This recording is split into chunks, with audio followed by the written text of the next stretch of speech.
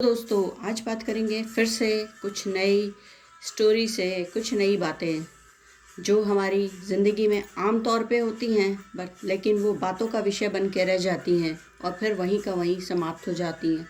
फिर कभी कोई चीज़ याद आती है तो याद आ जाता है कि हाँ फलाने के दिन ऐसा हमारे साथ हुआ था या हम भी ऐसा करते थे या बचपन में हमने किया है।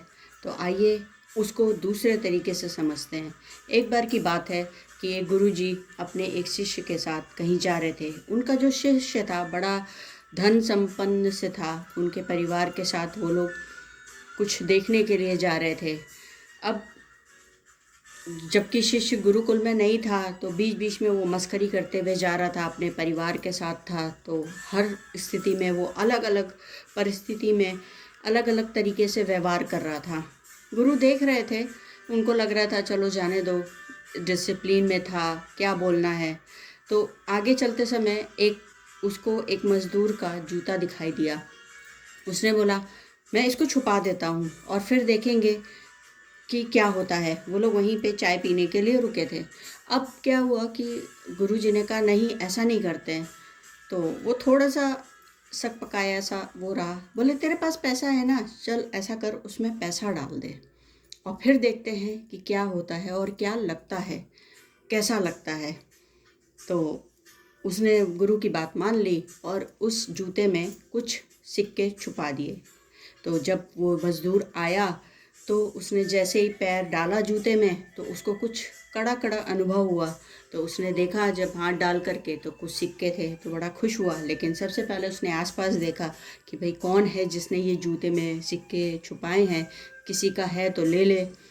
फिर उसने दूसरे जूते पहनने के लगा तो फिर वही सेम चीज़ हुई, उसमें भी कुछ सिक्के पड़े हुए थे। वो फिर आश्चर्य से देखने लगा, इधर उधर देखा, ये लोग छुपे हुए थे। तो उसको कुछ समझ में नहीं आया, लेकिन उसने दोनों सिक्कों को अपने हाथ में उठाया, प्रभु का धन्यवाद किया। बोले आज अपने घर वालों के लिए, अपनी बीवी बच्चों के लिए कुछ ज़्यादा अच्छा खाना और दवाएं ले जा पाऊँगा। अगर पैसे बचे तो बच्चे के लिए कुछ कपड़ा भी ले पाऊँगा। धन्यवाद है प्रभु तेरा कि तूने इस रूप में मुझे पैसे दे दिए, आज बहुत तंगी थी। ऐसा बोल के धन्यवाद करता हुआ वो अपने घर की तरफ चल पड़ा। फिर गुरु और शिष्य जो छुपे हुए थे वो बाहर आए। बोले देखा तेरे पास जो है तूने दिया, उससे उसको खुशी मिली। अगर तू उसका भी छीन लेता तो कितना दुखी होता। आज उसके पास ठीक से खाने के लिए भी पैसे नहीं थे। आज तूने जो तेरे पास एक्स्ट्रा पैसे थे जो तुझे अपने पिताजी से यूं ही मिल जाते हैं, उसके लिए आज सबसे बड़ी खुशी थी।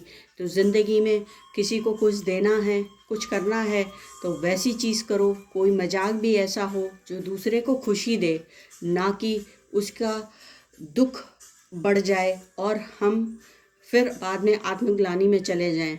हमारी सीख, हमारी ज़िंदगी इन्हीं सब चीज़ों पर डिपेंड करती है। कभी कभी हम मजाक में चीज़ों में ऐसा बोल देते हैं, हमें नहीं पता होता, या ऐसा एक्ट कर देते हैं कि दूसरे को या तो बुरा लग जाता है या उसका आत्मसम्मान को चोट पहुंच जाती है। तो हमें ये चीज़ बहुत ध्यान में रखनी है।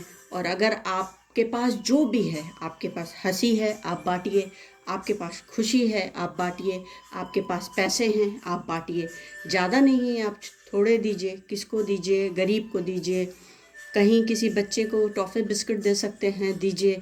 आपको देखिएगा उसकी एक स्माइल आपको खुश कर देगी और उस खुशी से बड़ी कोई चीज़ नहीं होती है। एक बार ट्राई करके देखिएगा।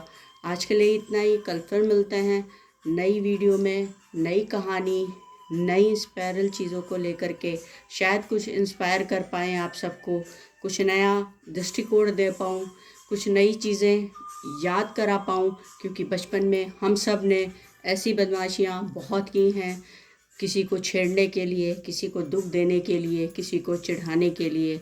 लेकिन आज बदलना है, आज सीखना है और सिखाना भी है। Thank you so much. फिर मिलते हैं।